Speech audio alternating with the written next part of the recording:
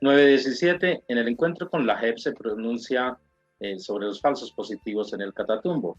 En esta sección quiero dar la palabra a Jairo, nuestro director, y saludar a Sebastián Escobar, colectivo de abogados José Alvear. Muy buen día.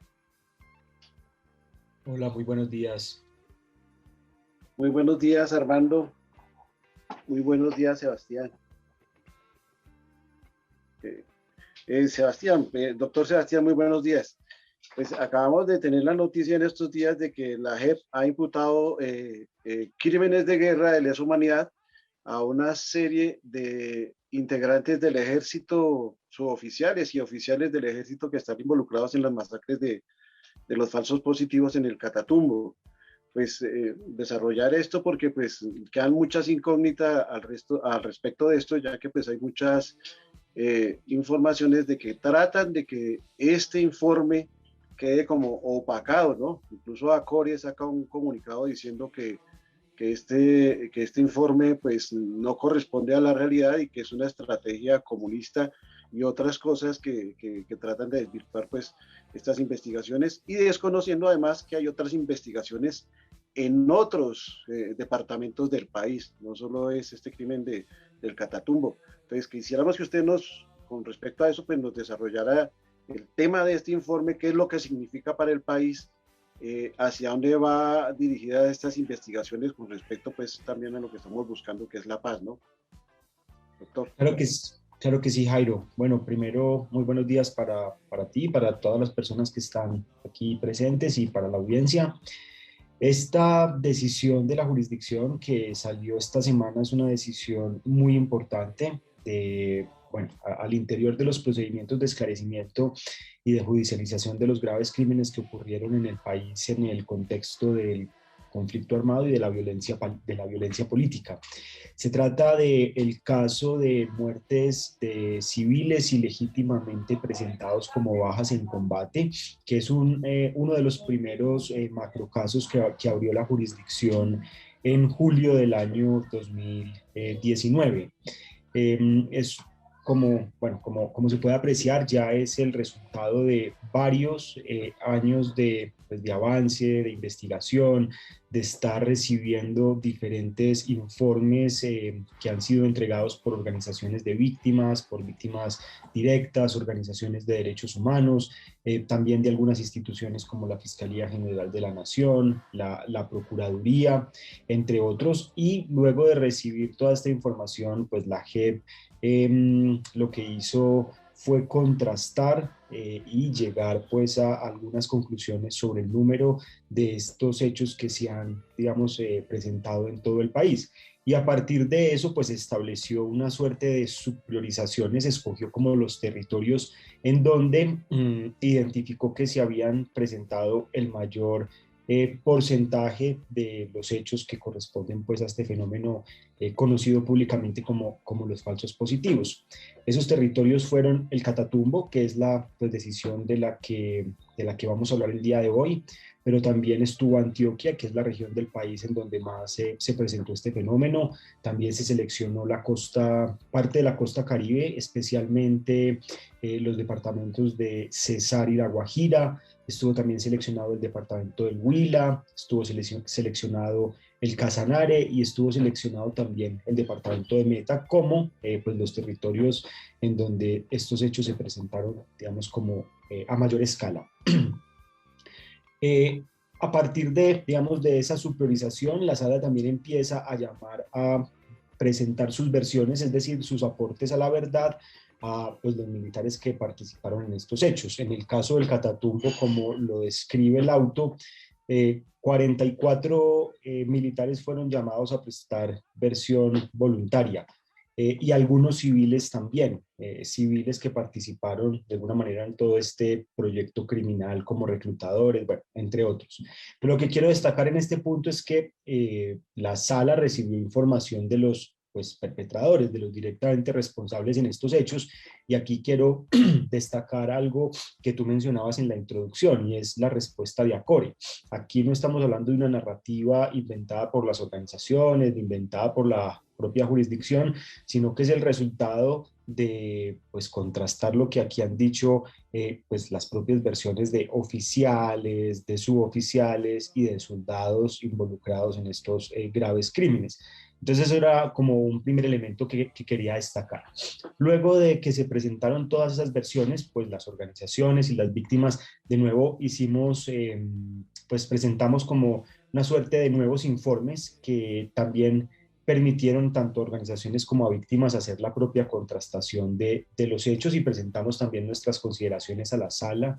De hecho, la sala, en el marco de este procedimiento, convocó a una audiencia pública en donde participaron las madres de Soacha como víctimas de estos hechos. Ustedes recordarán que los hijos de las madres de Soacha fueron reclutados en Soacha y en Bogotá, pero fueron trasladados hasta el Catatumbo, donde posteriormente fueron presentados ilegítimamente como bajas en combate. Entonces, se hizo esta audiencia donde las madres también pudieron presentar sus consideraciones sobre los hechos, pero también las afectaciones que ellas habían padecido producto de los mismos, ¿no? Entonces, luego de todo este proceso, la sala pues llega a esta decisión, que pues yo quiero destacar en este punto que es una decisión sumamente importante por varias razones.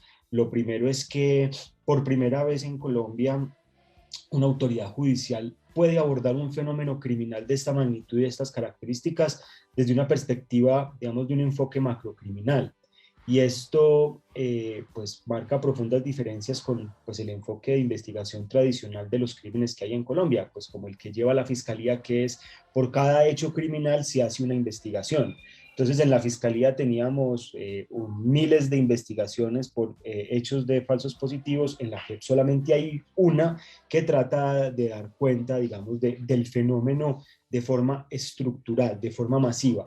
Y eso pues es importante porque este auto refleja que en la región de Catatumbo se cometieron pues hechos a una escala importante que permiten hablar de patrones macrocriminales. En este caso, la sala llega a la conclusión de que la fuerza pública, y particularmente dos unidades militares que son la Brigada Móvil 15 y el Batallón Santander, fueron responsables de un patrón de asesinato de civiles para presentarlos como bajas en combate. Patrón que tuvo dos modalidades. Una inicial, que consistió en asesinar a personas habitantes de esta región del Catatumbo y posteriormente presentarlas como bajas en combate, que desencadenó, pues como era de esperarse, la reacción de las comunidades y la realización de una suerte de denuncias que, en lugar de finalizar esta práctica, lo que generaron al interior de las fuerzas militares fue una suerte de perfeccionamiento de la misma. Entonces, en lugar de finalizar con esta práctica criminal, lo que hicieron fue transformarla y empezaron con la segunda modalidad, que consistió en utilizar a redes criminales de civiles para reclutar personas en Bogotá, en Aguachica, incluso en otros municipios, por ejemplo, del Cesar, en Soacha, y trasladarlos hasta Catatumbo, la jurisdicción de estas unidades militares, y asesinarlas para presentarlas como bajas en combate. Entonces ese es uno de los primeros hallazgos que además no solamente es un avance importante, sino que representa un cambio con ese modelo tradicional de investigación. El segundo hallazgo importante de esta decisión es el de pues, la existencia de una política al interior del ejército que fomentó y que propició la práctica de estos crímenes. Entonces la sala, como también lo habíamos sugerido víctimas y organizaciones de derechos humanos, llega a la conclusión de que había una política por presentar bajas a como diera lugar, es decir, sin importar cómo fuera el procedimiento para dar esas bajas, lo que generó, por supuesto, como consecuencia el incremento de este fenómeno criminal. Y la sala, al mismo tiempo, pues concluye que esta política se trasladaba al interior de las tropas de pues, 4 formas principalmente: por medio de presiones a los oficiales, suboficiales y soldados en todos, absolutamente en todos los niveles de la cadena de mando. Por medio del fomento de una competencia sistemática entre las unidades militares. Entonces lo que apreciamos era que Por ejemplo, entre las compañías o los pelotones de estas unidades en el Catatumbo habían competencias por ver quién era la que más presentaba casos de muertes en combate, pero a un nivel superior también competían entre las propias brigadas. Entonces, eso también, esa competencia incrementó el número de muertes.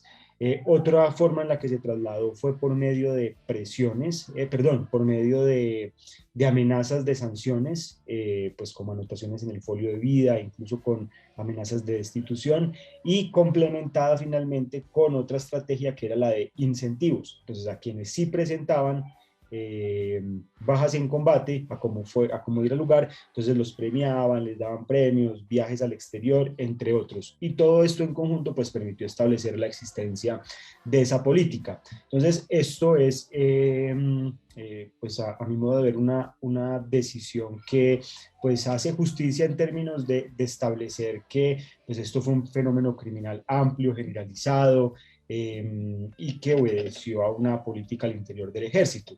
Y luego el otro elemento adicional importante es la calificación de estos hechos como un crimen de lesa humanidad. Ya teníamos algunas experiencias en la jurisdicción ordinaria de calificación de crímenes de lesa humanidad, de estos hechos en particular, pero de nuevo vuelvo al sentido macro que tiene esta decisión, y es que reúne 120 hechos y todos ellos pues los califica como un fenómeno que consistió en la comisión masiva y sistemática de crímenes de lesa humanidad.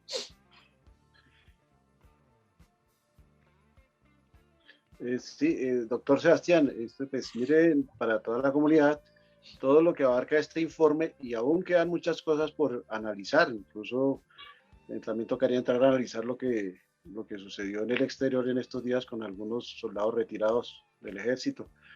Doctor Sebastián, a nosotros no nos queda más que invitarlo para una próxima ocasión para complementar este informe que nos está dando usted para aclararlo más a la comunidad de qué se tratan todas estas investigaciones de la JEP. Le agradecemos mucho su participación hoy.